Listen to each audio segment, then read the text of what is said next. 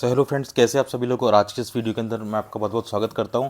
और आज हम जो डिस्कस करने वाले काफ़ी ज़्यादा इंपॉर्टेंट बातें मैं आपके साथ में डिस्कस करूंगा। तो प्लीज़ चैनल पे नए हो तो चैनल को सब्सक्राइब जरूर कर लेना और वीडियो को लाइक कर देना, फ्रेंड के साथ शेयर कर देना, ताकि उनकी भी हेल्प हो जाए इस वीडियो से। ठीक है, देखो सबसे पहले हमारे पास देखो 5 टॉपिक्स हैं, 4 टॉपिक्स है। ठीक है, एक तो कि रिकॉर्ड नॉट फाउंड हो रहा है। कई बच्चे क्या कर रहे हैं, अप्लाई कर रहे हैं और उनका जो है ना रिकॉर्ड नॉट फाउंड शो करता है। ठीक है, तो ऐसा क्यों है इसके बारे में डिस्कस करेंगे। साथ में मैं आपको ये बताऊंगा कि अभी एक बिग चेंजमेंट हुआ है सीबीएसई प्राइवेट फॉर्म के अंदर। जो भी 2025 वाला फॉर्म है इसके अंदर बहुत बड़ा अपडेट है। ठीक है, जो कि जानना आपके लिए इंपॉर्टेंट है। और वीडियो को अगर स्किप कर कर देखोगे आप तो आप ये चीज़ें मिस कर जाओगे कि क्या इंपॉर्टेंट है और क्या नहीं है। ठीक है, तो इसलिए वीडियो को पूरा वॉच करना। ठीक है, साथ में मैं आपको एक और चीज़ बताता हूँ कि किन बच्चों को तो प्रैक्टिकल देना पड़ेगा और किन बच्चों को प्रैक्टिकल नहीं देना पड़ेगा। ठीक है, तो प्रैक्टिकल किसको इसको देना है, किसको नहीं देना है, ये सारी चीज़ें मैं आपको बताऊंगा, है ना। दूसरी चीज़, आपका ड्रेस कोड क्या रहने वाला है ना, कि आपका जो ड्रेस कोड है वो आप कैसे रहेगा। जो सीबीएसई प्राइवेट कैंडिडेट हैं तो उनको ड्रेस कोड क्या रहेगा। और उसके साथ में आपको एक और चीज़ इंपॉर्टेंट बताऊंगा, वो है कि भाई आपके क्लास ट्वेल्थ के अंदर आपको क्लास ट्वेल्थ के अंदर आपको 2 कंपार्टमेंट अगर आपके आई है, 2 कंपार्ट अगर आपके आई है तो क्या वो आप दे सकते हैं या नहीं दे सकते। ठीक है, दे सकते हैं या नहीं दे सकते। तो प्लीज़ वीडियो को पूरा वॉच करना, इसलिए आपको लिए बता रहा हूँ कि काफ़ी ज़्यादा इंपॉर्टेंट चीज़ है ना। तो प्लीज़ चैनल पर नहीं हो चैनल को सब्सक्राइब कर लेना। ठीक है, तो चलिए वीडियो को स्टार्ट करते हैं। अब देखो मैं आपको एक एक चीज़ स्टेप बाय स्टेप बताते जाऊँगा आपको। देखिए, सबसे पहले मैं आपको एक बात बताता हूँ कि जो बच्चे रिकॉर्ड नोट फाउंड आ रहा है, ठीक है, जिनका रिकॉर्ड नोट फाउंड आ रहा है तो उसके अंदर पता है वो क्या गलती कर रहे हैं बच्चे। कई बच्चे जैसे अप्लाई करते हैं, अपना रोल नंबर डालते हैं, अपना देखो क्या क्या डालते हैं, वो अपना रोल नंबर डालते हैं। ठीक है, फिर दूसरा उसमें डालते हैं स्कूल कोड। ठीक है, आपका स्कूल कोड। और थर्ड चीज़ जो उसमें डालते हैं वो क्या डालते हैं, आपका सेंटर कोड। ठीक है, ये सारी चीज़ डालते हैं। लेकिन बच्चों मैं आपसे क्या कर रहा हूँ, क्या कह रहा हूँ कि आपका रिकॉर्ड नोट फाउंड अगर आपका आ रहा है तो आपको पता क्या करना है। आपका जो एक तो जो मेन एग्जाम आपने दिया,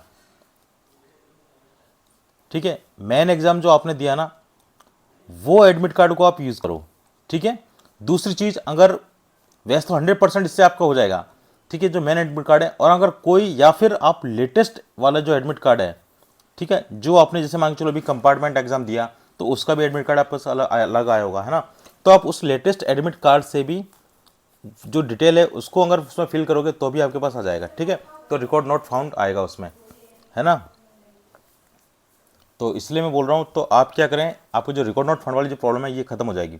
अब जैसे कई बच्चे क्या करें 2022 के 2023 के हैं, ठीक है, और वो जो है डाल रहे हैं रोल नंबर अपना, जो प्राइवेट जो अब उनका कंपार्टमेंट का या इम्प्रूवमेंट का जो एडमिट कार्ड था तो उसके अकॉर्डिंग फिर उनको रिकॉर्ड नॉट फाउंड शो होगा, है ना। तो रिकॉर्ड नॉट फाउंड शो ऐसे नहीं होगा, आपको मैंने बता दिया क्या करना है।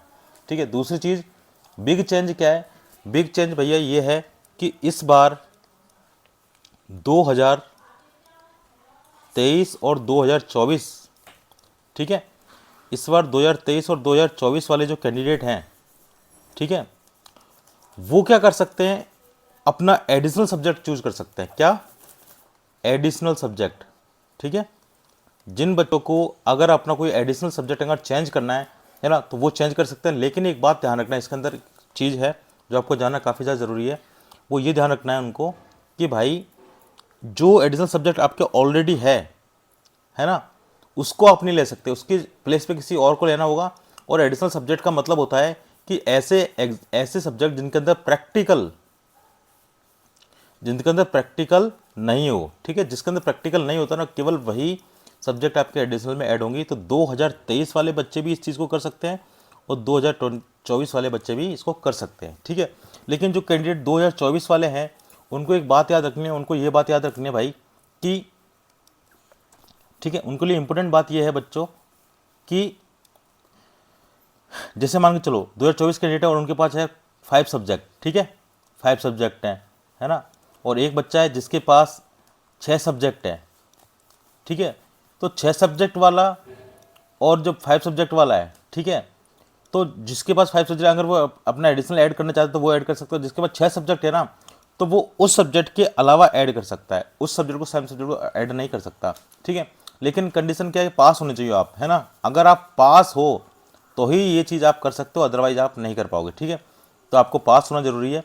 इससे कोई बच्चा अगर पाँचों सब्जेक्ट में अगर पास है ना, या फिर जिसके पास 6 सब्जेक्ट है और एक एक में वो फेल है और एक के अंदर अगर वो पास है, तो अपना वो एडिशनल सब्जेक्ट वहाँ से चेंज कर सकता है और उसका वो एग्ज़ाम दे सकता है, ठीक है।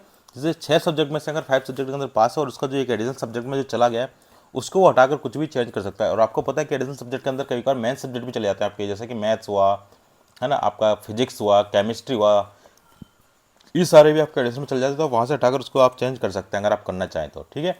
तो ये चीज़ मैंने आपको बता दी। चलिए, थर्ड चीज़ जो है आपको क्या है कि जो प्रैक्टिकल एग्ज़ाम है ना, वो किन बच्चों को देना है भाई। प्रैक्टिकल एग्ज़ाम जो कैंडिडेट 2023, ठीक है, जो कैंडिडेट 2023 और 24 के हैं, उनको तो प्रैक्टिकल नहीं देने, ठीक है। उन बच्चों को प्रैक्टिकल एग्ज़ाम नहीं देना है ना, उनको प्रैक्टिकल नहीं देना है। लेकिन जो इससे पहले के जो कैंडिडेट हैं, ठीक है, जैसे कि जो है 2022 का, है ना, 2020 का, 19 का, ठीक है, 19 तक ही है इसमें। तो जो 19 तक इतने तक है, ये बच्चों को क्या करना है, इनको एडमिट कार्ड इनको जो है प्रैक्टिकल देने पड़ेंगे, ठीक है। और इन बच्चों के जो हैं, जो प्रैक्टिकल के जो मार्क्स हैं वो कैरी फॉरवर्ड हो जाएंगे, ठीक है। इन बच्चों के जो मार्क्स हैं वो कैरी फॉरवर्ड हो जाएंगे, ठीक है। अब चलो, अब मैं बात कर लेता हूँ किसकी, आपके ड्रेस कोड की, ठीक है। जैसे कि आपकी जो 4th नंबर जो है वो क्या है प्रॉब्लम, ड्रेस कोड क्या रहेगा सर, ठीक है। ड्रेस कोड, कई बच्चों का मेजर डाउट भी ये है कि सर ड्रेस कोड क्या रहेगा, हम हमें स्कूल की यूनिफॉर्म पहन के जानी है। तो भैया आप मैं आपको एक बात बता दूं, आपके पास कुछ भी फॉर्मल यूनिफॉर्म हो, ठीक है, कोई भी फॉर्मल ड्रेस हो, ठीक है, फॉर्मल ड्रेस आप आराम से पहन सकते हैं, इसमें कोई दिक्कत नहीं है। आप कोई भी ड्रेस पहन सकते हैं, फॉर्मल, स्कूल की यूनिफॉर्म ही ज़रूरी नहीं है, ठीक है। स्कूल की जो है, स्कूल की जो यूनिफॉर्म है, ठीक है ना, यूनिफॉर्म, जो मैं बहुत सही से लिख देता हूँ इसको, आपकी स्कूल की जो यूनिफॉर्म है ना, वो ज़रूरी नहीं है। फॉर्मल ड्रेस आप पहन सकते हैं, कोई दिक्कत नहीं, ठीक है। दूसरी बात, मैं एक बात बोलना चाहता हूँ कि जो आपका जो सेकंड कंपार्टमेंट है, क्लास 12th के अंदर हो, उसके अंदर आपको पता है कि एक ही कंपार्टमेंट आप दे सकते हैं, ठीक है। तो जैसे आप क्लास 12th में हो, क्लास 12th के अंदर आप केवल एक कंपार्टमेंट दे सकते हो, ठीक है।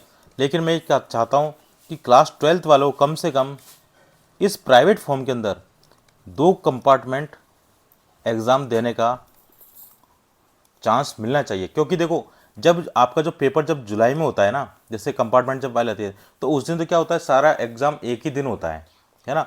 तो उस दिन तो वो बच्चा दे नहीं पाता है, ठीक है, क्योंकि एक ही दिन सारे एक सब्जेक्ट है, तो उसके अगर 2 सब्जेक्ट में अगर कंपार्टमेंट आई है तो वो कैसे कर पाएगा, वो मैनेज नहीं कर पाएगा, है ना। कि एक ही जगह 2-2 कंपार्टमेंट कैसे, एक ही बंदा 2-2 की जगह कैसे प्रेजेंट हो सकता है। तो इसी तरह से मैं ये चाहता हूँ कि भाई जो क्लास 12th के अंदर कम से कम इस बार, क्योंकि उनका पूरा एक ईयर ख़राब हो जाता है, ठीक है। अब जैसे एक अगर जिसके 2 कंपार्टमेंट है, अब वो एक कंपार्टमेंट का फॉर्म तो अभी भरेगा, ठीक है, अभी, ठीक है, नाउ। और जो दूसरा कंपार्टमेंट का जो फॉर्म है बच्चा, वो दूसरा कंपार्टमेंट का जो फॉर्म है वो कब भर पाएगा, वो जब भर पाएगा जब आपका जुलाई में जो कंपार्टमेंट आएगी, जो मेन एग्जाम के अंदर फेल हो जाएंगे ना बच्चे, उनके साथ वो दे पाएगा, ठीक है। तो ये चीज़ मैं चाहता हूँ कि थोड़ी बहुत इस चीज़ में सुधार होना चाहिए, है ना। आप क्या चाहते हो, आप मुझे कमेंट करके बताना, ठीक है। आप फिर रिक्वेस्ट भी करेंगे CBSE बोर्ड के साथ में, अगर कुछ होता है तो आपके लिए अच्छा, ठीक है। तो प्लीज़ सपोर्ट जरूर करना, वीडियो को ज़्यादा से ज़्यादा फ्रेंड्स के साथ शेयर करना, ठीक है। चलिए, ये चीज़ आपको एकदम क्लियर होगी। तो आपको जो सारे डाउट्स है शायद मैंने पूरे क्लियर कर दिए हैं, है ना। तो फिर भी कोई डाउट रहता है, और किसी को भी अगर CBSE प्राइवेट फॉर्म फिलअप करवाना है, ठीक है, प्राइवेट फॉर्म फिलअप अगर किसी को करवाना है तो मुझसे कॉन्टैक्ट कर सकता है। मेरा कॉन्टैक्ट नंबर है 7733872573। इस नंबर पर मुझे व्हाट्सअप करके या कॉल करके आप अपना CBSE प्राइवेट फॉर्म फिलअप करवा सकते हैं, ठीक है। और हम आपको सेम डे दे देंगे, ठीक है। तो फिर मिलते हैं नेक्स्ट वीडियो में। अपना ध्यान रखिए, पढ़ाई करिए, and all the best guys.